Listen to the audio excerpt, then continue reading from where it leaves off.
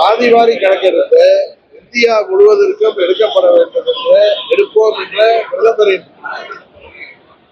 அந்த முடிவு சிறந்த முடிவு. சாதிவாரி கணக்கெடுப்பு நடத்தப்பட்டால்தான் அனைத்து சமுதாயத்தினருக்கும் தேவையான அளவு படிப்பிலும் சரி வேலை வாய்ப்பிலும் அவர்களுக்கு ஒரு உரிய பங்கீடு கிடைப்பதற்கு ஏதுவாக இருக்கும்.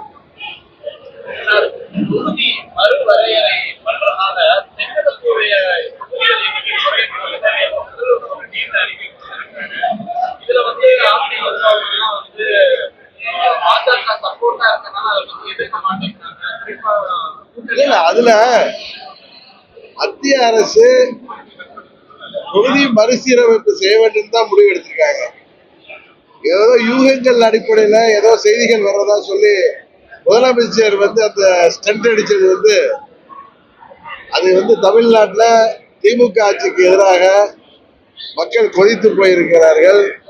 தேர்தல் வாக்குறுதிகள் தெரியும் உங்களுக்கு, முக்கியமான வாக்குறுதிகள்ல 80% மேல் நிறைவேற்றாமல் 4 ஆண்டு ஆட்சி ஏமாற்றி வருகிறார்கள். இன்னும் சொல்ல போனா இது ஒரு மக்கள் விரோத ஆட்சியாக, விலைவாசி உயர்வை கட்டுப்படுத்த முடியாத ஆட்சியாக, விவசாயிகள் முதல் கொண்டு அரசு ஊழியர்கள், ஆசிரியர்கள், போக்குவரத்து தொழிலாளர்கள், மின்சாரத்துறை ஊழியர்கள், அங்கன்வாடி ஊழியர்கள், பகுதி நேர ஆசிரியர்கள், தொழிலாளர்கள் என மாற்றுத்திறனாளிகள் என அனைத்து தரப்பினருக்கும் தேர்தல் நேரத்தில் சொன்ன வாக்குறுதிகளை நிறைவேற்றாமல் ஏமாற்றி வருகிற ஆட்சி. இதை பார்த்தீங்கன்னா மெட்ராஸ் யூனிவர்சிட்டியில போன்ற முக்கியமான யூனிவர்சிட்டிகள்ல பாரம்பரிய முக்கிய யூனிவர்சிட்டியில மாத சம்பளத்தை அங்க உள்ள ப்ரொஃபசர்ஸுக்கு, லெக்சர்ஸுக்கு அவர்கள் போராடி சொந்த பணத்துல சம்பளம் கொடுத்துக்கிற அளவுக்கு நிதி நிலையை மோசமாக இந்த ஆட்சியாளர் வைத்துக் கொண்டு மத்திய அரசுக்கு எதிராக மார்த்தட்டுவது உண்மையாக வடிவேல் டைப் காமெடியா தான் இருக்கு.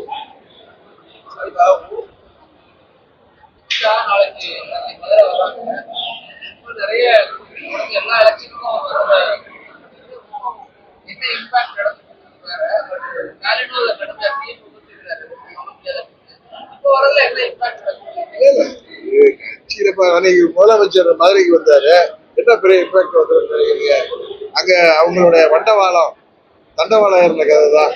முக்கியமான கால்வாய்களை கூட சீரமைக்காம அது சாக்கடையா மாறி நிற்கிது. அதை சுற்றி துணியை போட்டு மறைக்கிற அளவுக்கு அந்த ஆட்சி நடக்குதுங்கிறத ஒருபானை சோற்றுக்கு ஒரு சோறு பழம் போல காமிச்சு நிறைய ஊடகங்கள்ல பார்த்தேன், சோசியல் மீடியால பார்த்தேன். மதுரை டவுன்ல எவ்வளவு பாப்புலேஷன் எனக்கு தெரிஞ்சு அம்மா வர்றப்பெல்லாம் 87 இருந்து நான் 87ல இருந்து அம்மா இங்க வரப்பெல்லாம் வந்திருக்கேன். ஏர்போர்ட்ல இருந்து வரப்ப பாத்தீங்கன்னா குறிப்பா இவங்க வீடு இருக்கிற ஏரியா அங்க டவுன்ல அப்ப சங்கம் ஹோட்டலா இருந்த மேரியட்ல தங்க போறதுக்கு முன்னாடி 3 மணி நேரம் ஆகும் ஒவ்வொரு முறையும். இப்போ முதலமைச்சர் வர்றதுக்கு வெளியில இருந்து ஆட்களை எல்லாம் பிரியாணி, பணம், வேற இத்தியாதி எல்லாம் கொடுத்து அழைக்க வந்ததாக செய்திகளை பார்த்தேன். லாரிகள் போட்டோம். டவுன்ல அவ்வளவு பேர் இருக்கு. அது மதுரை மக்கள் விழிப்புணர்வு மிக்கவர்கள், அரசியல் ஆர்வம் மிக்கவர்கள்.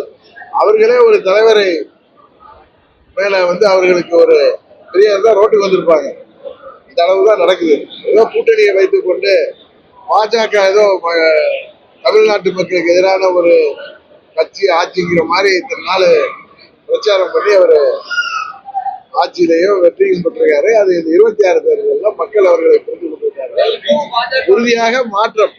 நீங்க சொன்ன மாதிரி பாஜக 2021 தேர்தலில் அவங்களுடைய வாக்கு சதவீதம் எப்படி இருந்தது, இப்பொழுது பாராளுமன்ற தேர்தலில் நாங்கள் ஜெயிக்க முடியலனால எங்க கூட்டணி 18.5% வாக்குகள் வாங்குகிற அளவுக்கு உயர்ந்திருக்கிறது.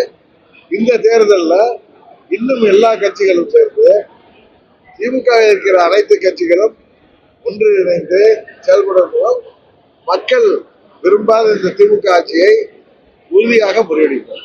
நீங்க பாத்தீங்கன்னா அவர் கலைஞர் இருந்த காலத்திலே 89ல புரட்சி தலைவர் இருந்த வரைக்கும் ஆட்சிக்கு தொடர்ந்து வர முடியல. 89ல 2 வருஷம் இருந்து அந்த ஆட்சி இறையாண்மைக்கு எதிராக இருந்ததால் கலைக்கப்பட்டது. பிறகு 91ல அம்மாவுடைய ஆட்சி, திருப்பி இப்போ அவங்களுடைய பொய் பிரச்சாரத்தால அம்மாவுடைய ஆட்சி போனதும் 5 வருடம் இருந்தாங்க. 2001க்கு அப்புறம் 2006ல மைனாரிட்டி கவர்மெண்ட். அதுக்கப்புறம் அவர் காலத்துல வர முடியல. ஸ்டாலின் அவர்களும் 10 வருடம் போராடி இன்றைக்கு பிஜேபிங்கிற கட்சியை காமித்து அவர்களை மக்களுக்கு குறிப்பாக மைனாரிட்டிக்கு எதிராக பொய் பிரச்சாரம் 19 தேர்தல் 21 தேர்தல் 24 ஜெயிச்சிருக்காரு. மக்கள் இப்ப புரிந்து கொண்டார்கள், சிறுபான்மை மக்களும் புரிந்து வருகிறார்கள். இன்றைக்கு உறுதியாக பார்க்கிற தேர்தலில் 26 தேர்தல் திமுக படு தோல்வி அடையும். செய்திகளை உடனுக்குடன் தெரிந்து கொள்ள கீழ்கண்ட கேபிள் மற்றும் டிடிஹெச் நெட்வொர்க்குகளில் எம்நாடு செய்தி தொலைக்காட்சியை காணுங்கள். பாதகம் செய்பவரை கண்டால் நாம் பயம் கொள்ளலாகாது பாப்பா. மோதி மிதித்துவிடு பாப்பா, அவர் முகத்தில் உமிழ்ந்து விடு பாப்பா. அண்மை செய்திகளை உடனுக்குடன் தெரிந்து கொள்ள இணைந்திருங்கள் எம்நாடு தொலைக்காட்சியுடன்.